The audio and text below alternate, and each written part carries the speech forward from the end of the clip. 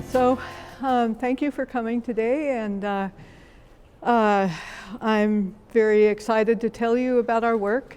And our work is about growing seed, and these are all the plants that we work with here. You can see that there's 9 families. We work with more than just these 9 families, but you can know that a lot of them are familiar. You all, if you can, the first number 1, anybody know what that family is? Does it look like a pea flower or a bean flower? Yeah. And the second one, you all know that one, I'm sure. Yeah, squash, cucumbers, watermelons, although they're very, very small. And then what about the third picture? Yeah, onions. And you see how there's really a signature there in the flowers on all onions and all alliums of that type. The signature is the 3, 6, 9. That's in all of those families, all of that family. What about number 4? Anybody got an idea of what that family is?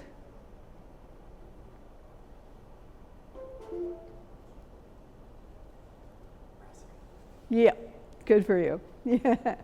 Yeah, so all of the brassicas always have 4.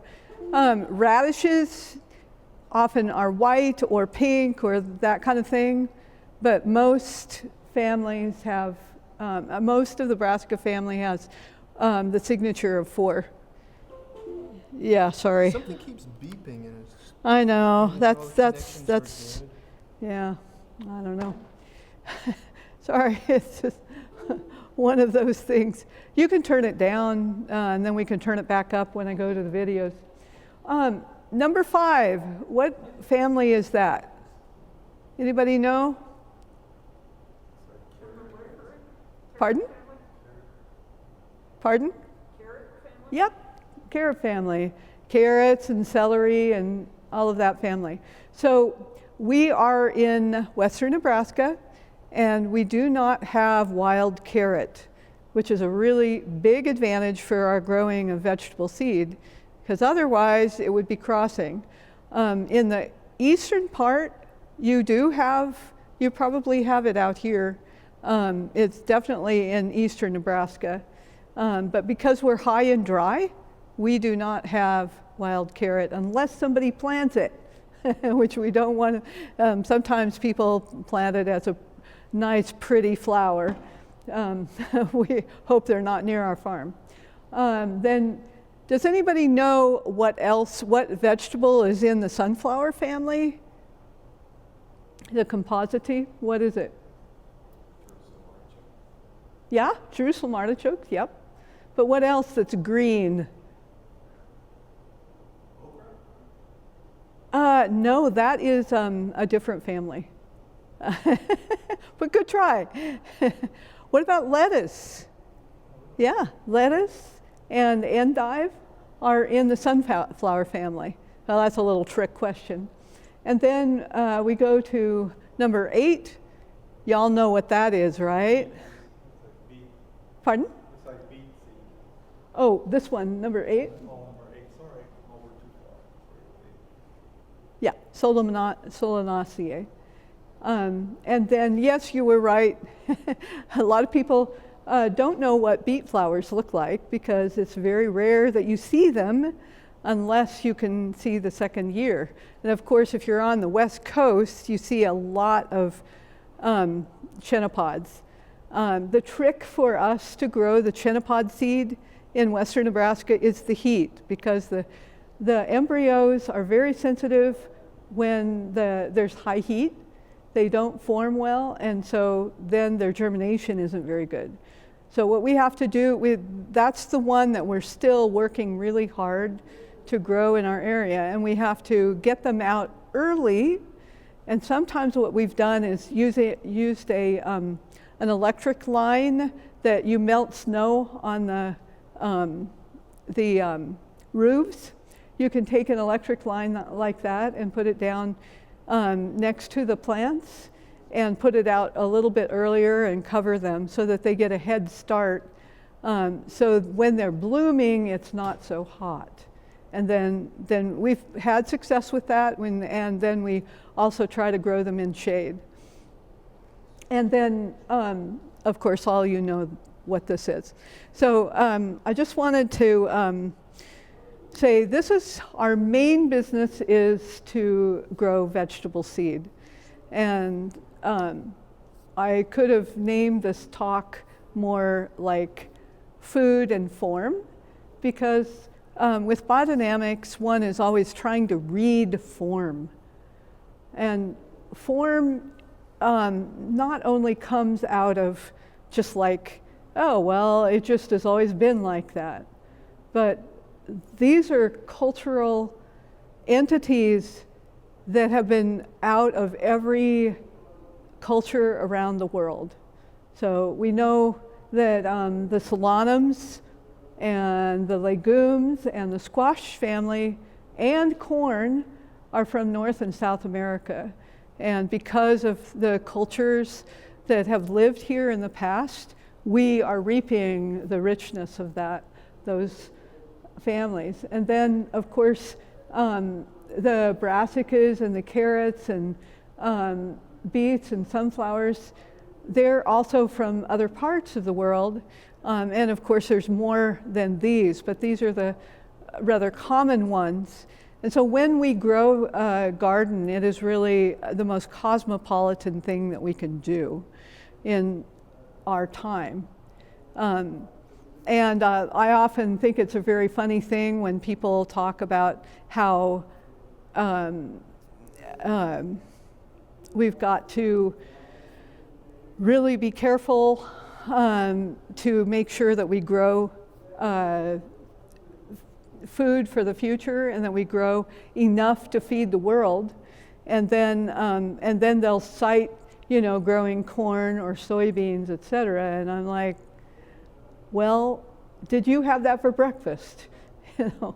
And this is, a question that people aren't really, they're being fooling themselves about what food is. So that's why I want to really talk about what biodynamics has to offer the whole system of food. And it's, when we're working with, we have a 540-acre farm. I'm fourth generation in the area of Scottsbluff, Nebraska, which is on the western side of Nebraska. And we get about 12 inches of moisture a year. And we are about 3,500 feet above seed level. So our main business as seed growers is national. So we're working to sell everywhere in the US, and all of our seed is open pollinated. It's not that we're against hybrid seed, but we're not, we are, our work is to select the seed. And you can see some of the fruits of our labor. These are from our vegetable seed, and we select that each year. And then on the way to the seed, we have a business that's local organic vegetable business, and biodynamic.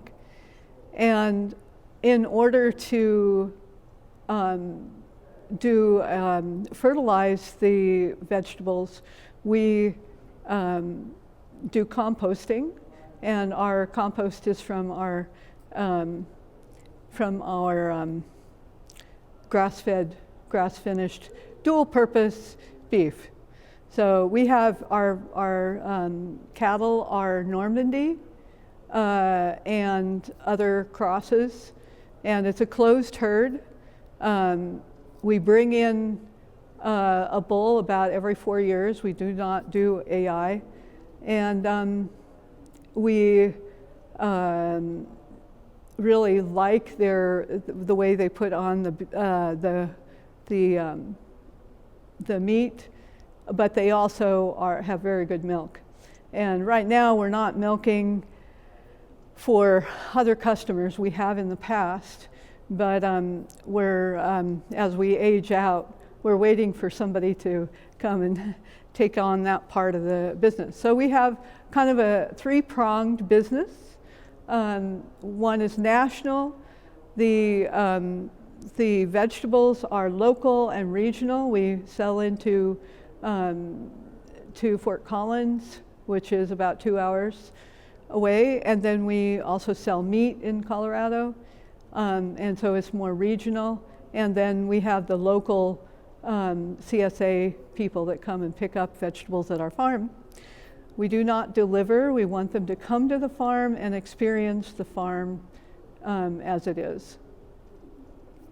So now back to the seed growing. I don't know if any of you, how many people have tried growing seed, vegetable seed? Okay, yeah, good. So some of you know it, but there's two types of vegetable seed. There's wet processing and there's dry processing. So in the first video I'm going to play, it's from every year we have a seed festival, and I'm going to play a video of one of our seed festivals where you can see two different kinds of processing. So with a wet processing, it's always the ones that have a kind of capsule, like squash or peppers or cucumbers. So like with the cucumbers, they get very, very big, and then we scrape them out, and then we take a paint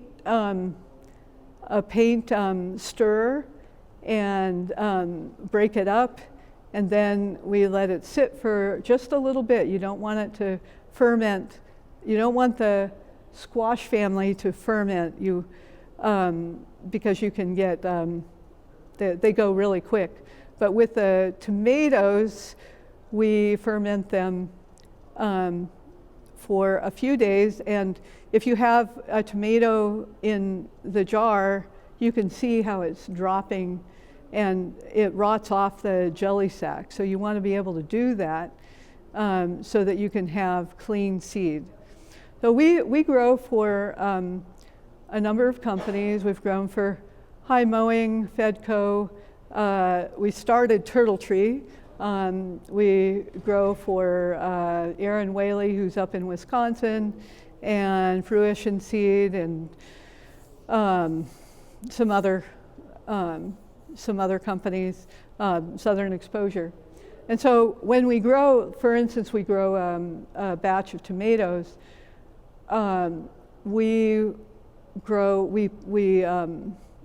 do have now what's called a millet thresher, and it crushes the tomatoes up, and then we can let it sit in a 5-gallon bucket and ferment. And we usually get about 2 ounces out of that 5-gallon bucket.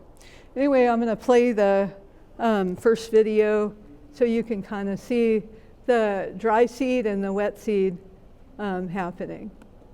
Yeah, thanks for turning that on.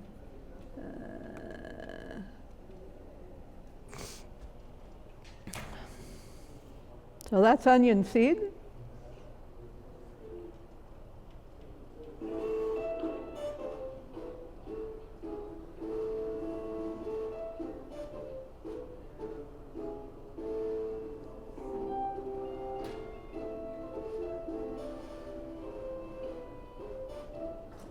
Wet processing. That's after we've sluiced off.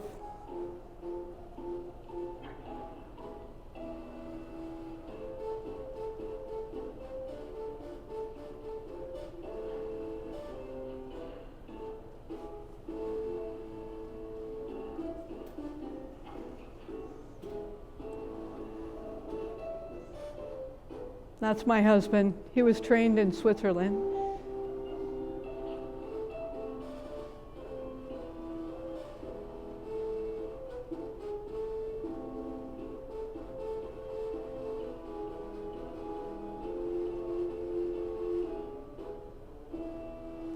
And now they're putting them through different screens.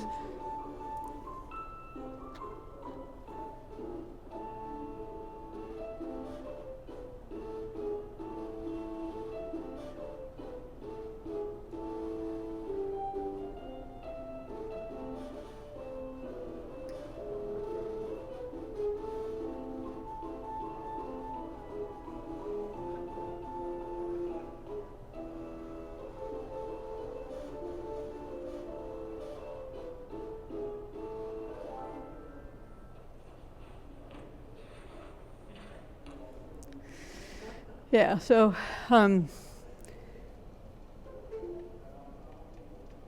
now we are raising money to get a thresher.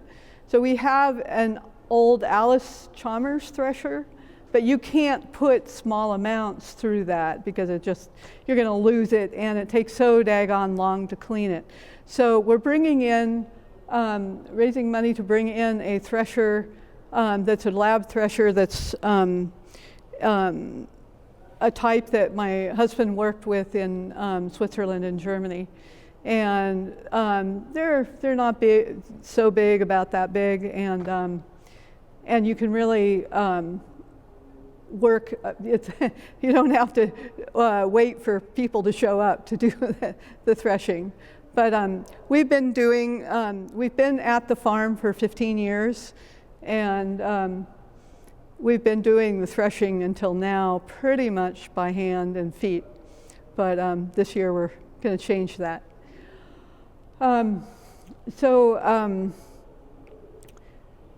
Now addressing the thing about biodynamics.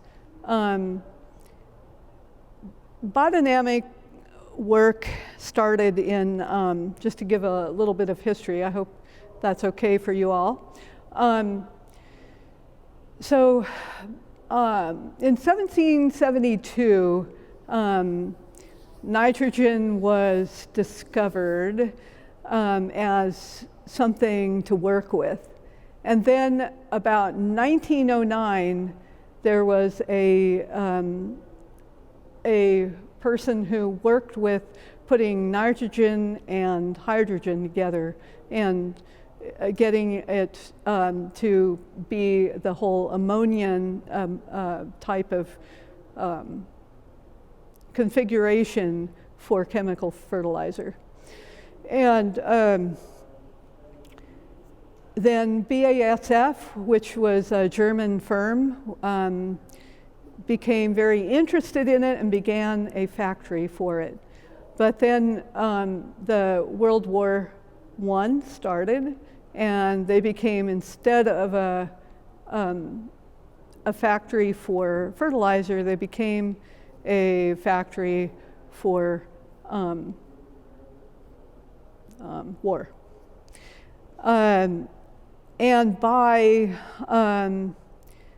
there were, Rudolf Steiner was someone who, he was born in 1861, and when he was around 22, he was, by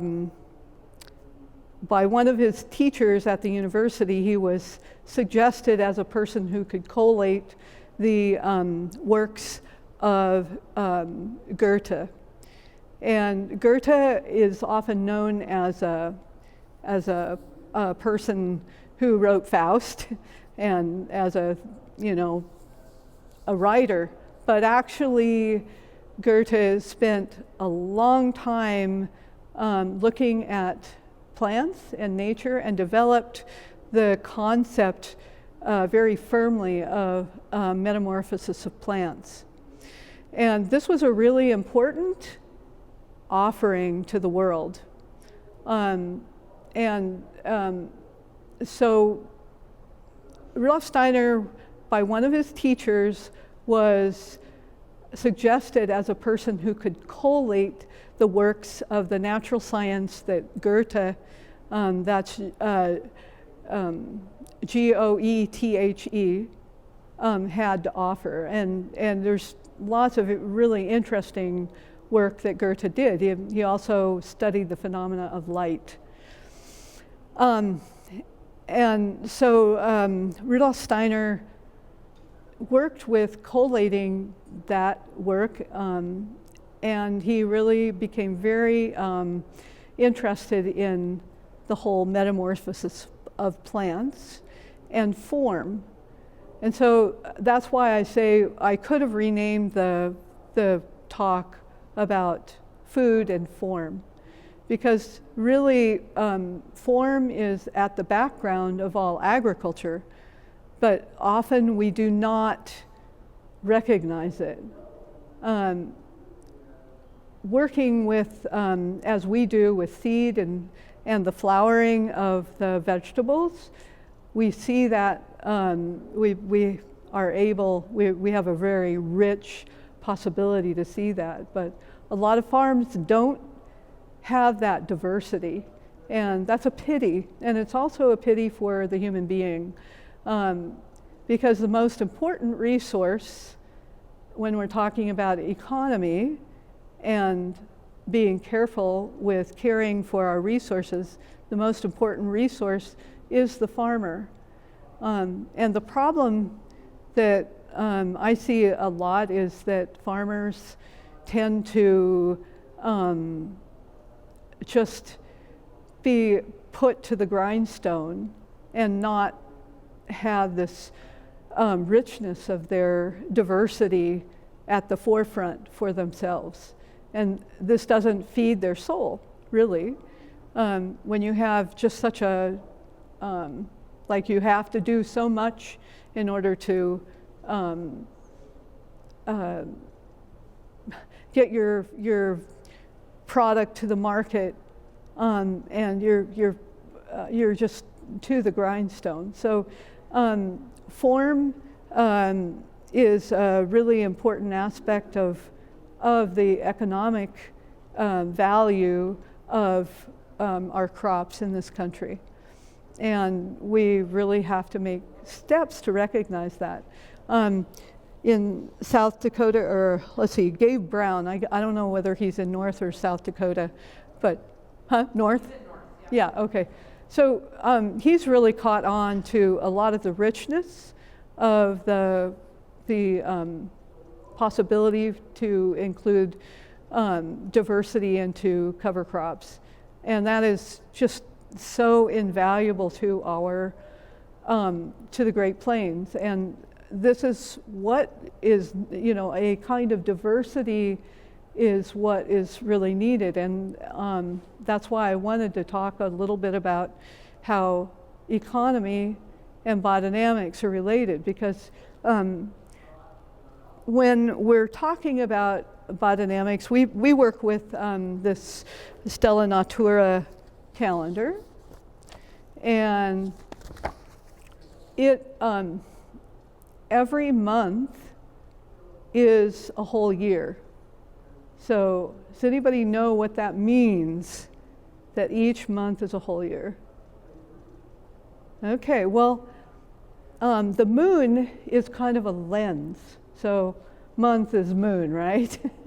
So the moon is going through the whole cycle of the year, through the whole zodiac every month. And where that is placed, there's each of the zodiac, according to ancient wisdom, has an aspect to it. It's either earth or air or water or fire. That's how it goes through the work in the cosmos. So there's, one zodiac sign is in Earth, and then it goes to the air aspect. And through the whole month, it takes about, it depends on how big the sign in the zodiac, and I'm talking about actual, not astrological, but in the sky. For instance, Cancer as a zodiac sign is very short, and Virgo is a very long one. So, but as it goes through each month, there's not only the full moon and the waning moon, but there's also, as the moon goes through the whole month, there is where the moon is and what is behind it that's shining onto the earth. And so there's that aspect, and then there's also the planetary aspects. And the planetary aspects have a lot to do, because their cycle is a lot quicker, they have a lot to do with form. So it's interesting, the forms, the various forms, like when you see, bring back this. So, you know, this really has to do with 3 and 6, which has something to do more with Mercury. And the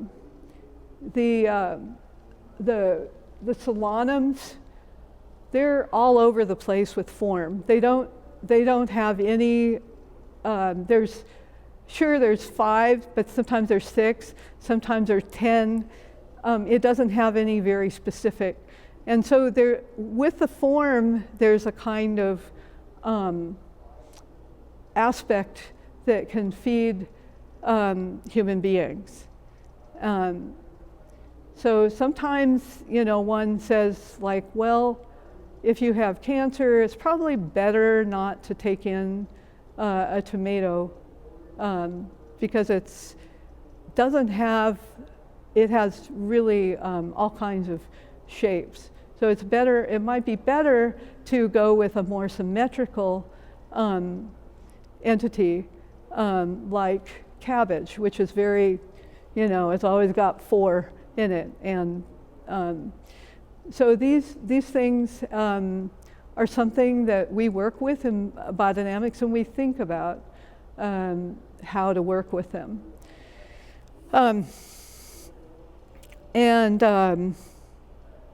So then the aspect of food is something that we've really been trying to work on, and so we tried offering food to the public school.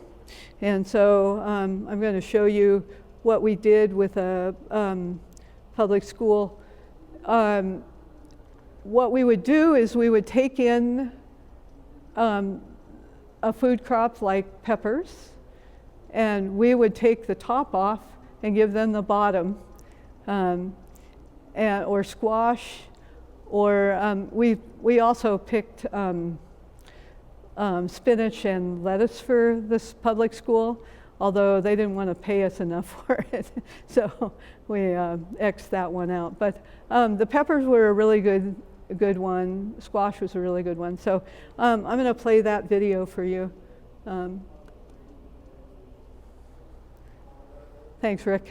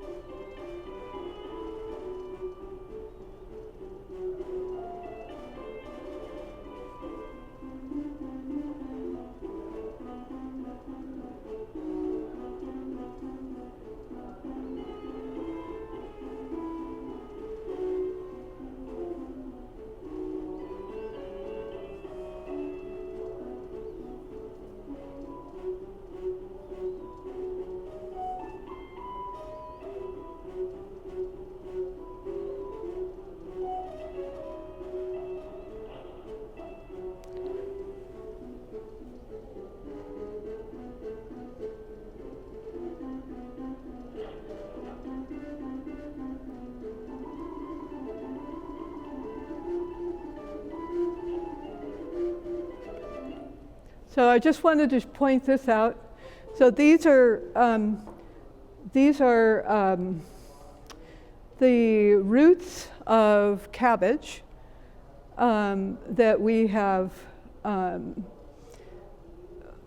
So we grew the cabbage, and then we flagged the ones that we were the ones that we wanted, and then we cut all the heads, and the ones that were flagged were replanted into the crates, and then they were stored in our cool room, which has a cool bot, and then they're replanted in the spring, and then we can get cabbage seed from them.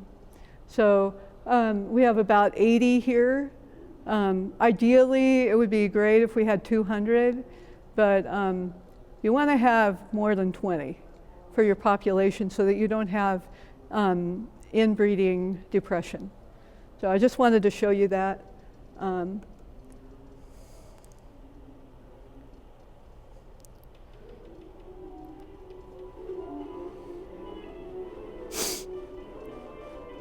Yeah, this is way too much work.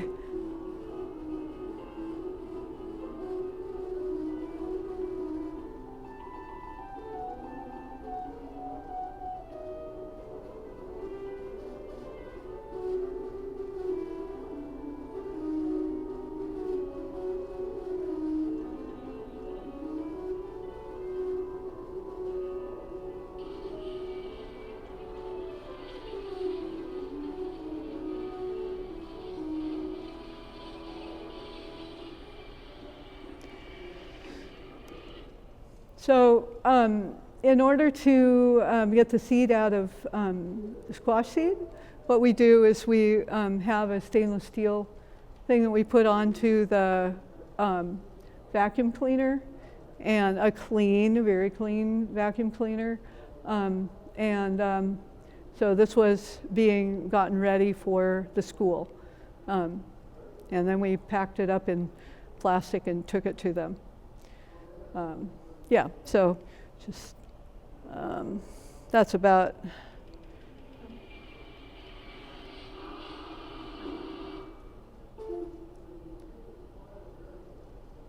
Yeah, so that was.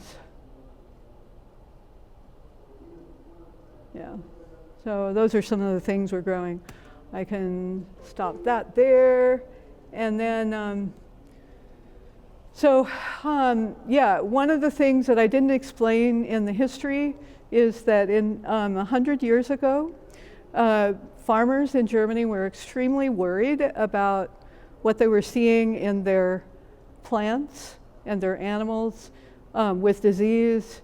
And so they contacted Rudolf Steiner and said, could you illuminate what you think about agriculture? And so he gave the agriculture course, 8 lectures. It was on a farm that was 16,000 acres. They were growing, it's in Silesia, which is now Poland. But yeah, there were about 100 people that came together for that talk, and that's how Biodynamics began. And then he gave suggestions about what they could do. And he suggested 2 field sprays. One was really addressing the earth. And we have a lot of various organic projects that are trying to bring about more soil life. And that is one of.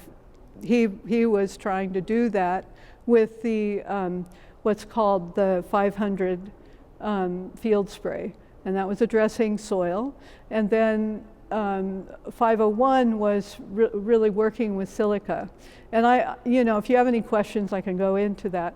And then he also suggested 6 various kinds of combinations of animal organs with plants, and putting those together and then putting them in the earth. And I don't know if you know much about homeopathy, but in homeopathy you do what's called succussing, which is really bringing about a kind of rhythmic force into a particular combination. But in the case of the biodynamic preparations, they're put into the earth for the most part. There's one that's not, but most of them are put into the earth for a period of time, and the earth's turning is bringing about a kind of process in them, and then they are then put into a compost pile. So that was what was offered by Rudolf Steiner, and there's been 100 years of working with those suggestions, and now biodynamics is known worldwide. It's not a flashy thing. It is something that one works with internally as a human being, and also addressing one's own farm. And the other concept that's really very known in biodynamics and really isn't known anywhere else is calling each farm an individuality. And that's a very mysterious kind of thing to work with, but when you're on your farm or garden, trying to relate to what that entity is really, it's a process, and it's a really interesting one. So I don't know if there's any questions. I'm going to play a couple of things so you can see our farm. These were videos that are from NPR, because they came and they had a drone. So this kind of shows you a little bit about what our area is like. We have 2 greenhouses, and one is in the middle of a hayfield,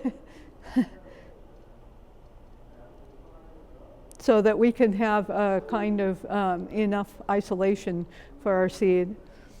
Well, that's one of our hoop houses, and then let's see.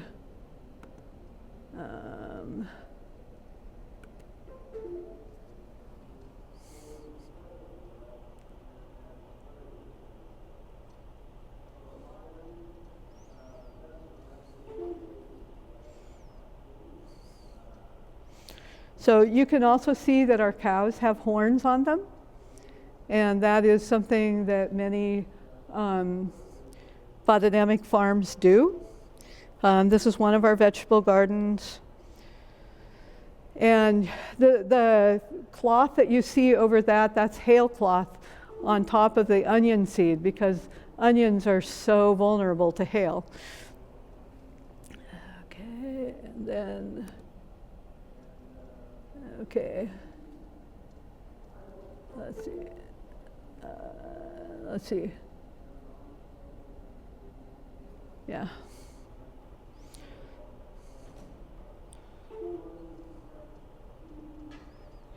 Okay, this is our broccoli crop.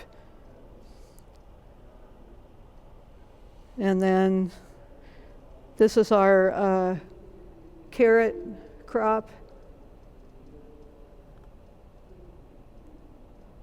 And this is second year, right?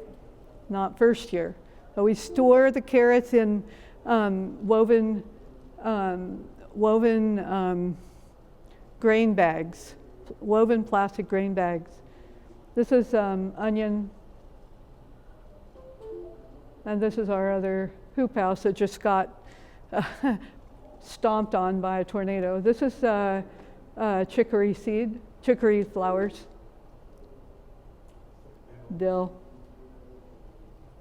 Okay, that's it. So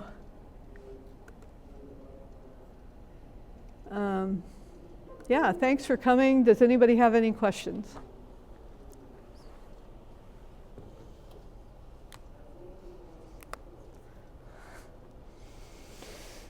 I guess you're all asleep. Yeah. Okay, so why did you guys decide to do biodynamic farming? Right, because there's a lot of options out there. there? Oh, well, why did we? I did not intend to become a farmer. I was studying music, and I had to take a science class. And during the science class, I learned horrible, horrible things that were going on. And I was like, well, I am the last kid. I'm going to have a farm. Don't forget. And so it took me 37 years to get back to the farm. I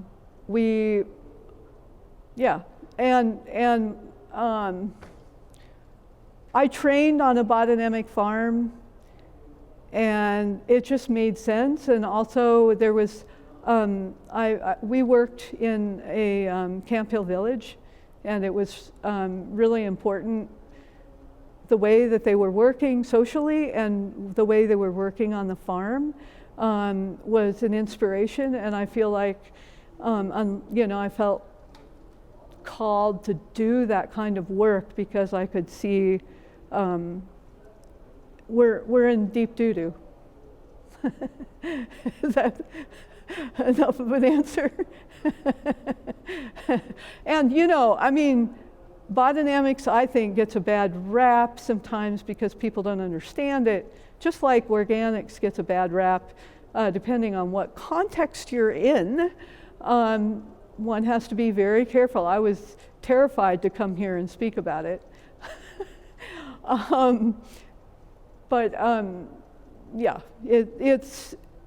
I grew up with planes flying over my head to spray, and that's war.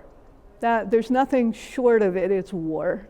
And I don't want to live in a war zone. And so I'm trying to turn that around.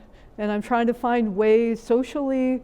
My next step, we're going to give the farm out of, eventually, when we're dead, it's not going to be in our family because it's broken treaty land. And my family, they took it because they were white. And, like my hope is that I can find an organization because I'm looking at the prison population in the US. The prison population in the US, 80% of those people have been in foster care. And I want to find an organization that will work with us because I think that seeing plants and seeing how they grow and unfold is medicine for people. And it also provides food. And I want to engender that. So if anybody has any ideas, let me know. So we are fortunate to have a 30-year-old man with us who is an excellent farmer, and he studied biology, and so he doesn't live on the farm, but he is really taking major responsibility for it. So thank you for coming. Really appreciate your time. And yeah.